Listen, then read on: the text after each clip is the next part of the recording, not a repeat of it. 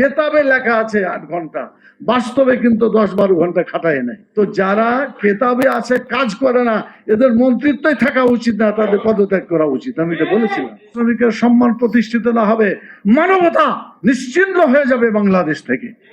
সেই জন্য আগামী দিনের মানবতাকে রক্ষা করার জন্য শ্রমিক সমাজের সম্মান এবং স্বার্থকে ঊর্ধ্বে তুলে উঠতে হবে। দ্বিতীয় যে কথা বলতে চাই, খাবারের ব্যাপারে স্পষ্ট আল্লাহ রাসূল সাল্লাল্লাহু আলাইহি সাল্লাম বলেছেন। তিনি কি বলেছেন? তোমরা যা খাবে তাদেরকে তাই খেতে দেবে।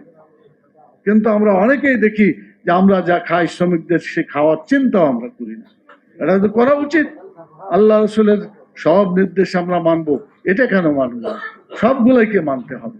কোরআন মাজিদে আল্লাহ তাআলা পরিষ্কার করে বলেছেন, তিনি বলেছেন যে আমি সুদকে হারাম করলাম আর জাকাতকে বা সাদকাকে আমি এটাকে বৃদ্ধি করলাম।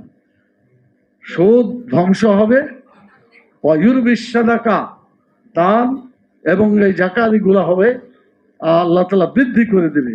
মানে যে দেশে সুদ ভিত্তিক অর্থনীতি যতদিন থাকবে এখানে আল্লাহ তাআলার বরকত থাকবে না, এবং যেখানে সাদাকা এবং জাকাত প্রতিষ্ঠিত হবে আল্লাহর বরকত সেখানে আসবে ইনশাআল্লাহ। কোরআন মাজিদে একটা আয়াত উল্লেখ করা হয়েছে, ওয়ালাউ আন্না আহলাল কুরা আমানু ওয়াত্তাকাউ লাফাতাহনা আলাইহিম বারাকাতিম মিনাস সামাই ওয়াল আরদ। যদি কোনো জাতি, যদি কোনো সম্প্রদায় তাকওয়ার নীতি অবলম্বন করে, আল্লাহকে ভয় করে, আল্লাহর আইন মেনে যদি জীবনযাপন করে, আল্লাহ তাআলা ওয়াদা করছেন আসমান থেকে তার রিজিক, জমিন থেকে তার রিজিককে আল্লাহ তাআলা বৃদ্ধি করে দিবেন। আলহামদুলিল্লাহ।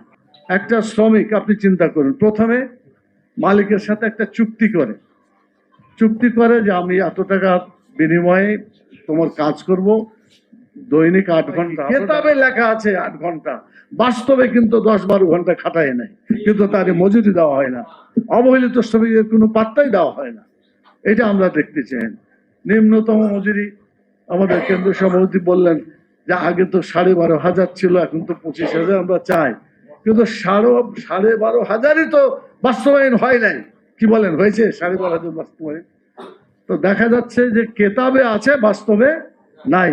আমি জাতীয় সংসদে বলেছিলাম যে এরকম যদি মন্ত্রী হয় যে তাদের কেতাবে লেখা আছে ওগুলাই জাতীয় সংসদে খালি নোটিশ দিয়ে দেয় 300 ধারার মধ্যে, কাজের দিকে নাই, তো যারা কেতাবে আছে কাজ করে না এদের মন্ত্রিত্বই থাকা উচিত না, তাদের পদত্যাগ করা উচিত। আমি এটা বলেছিলাম।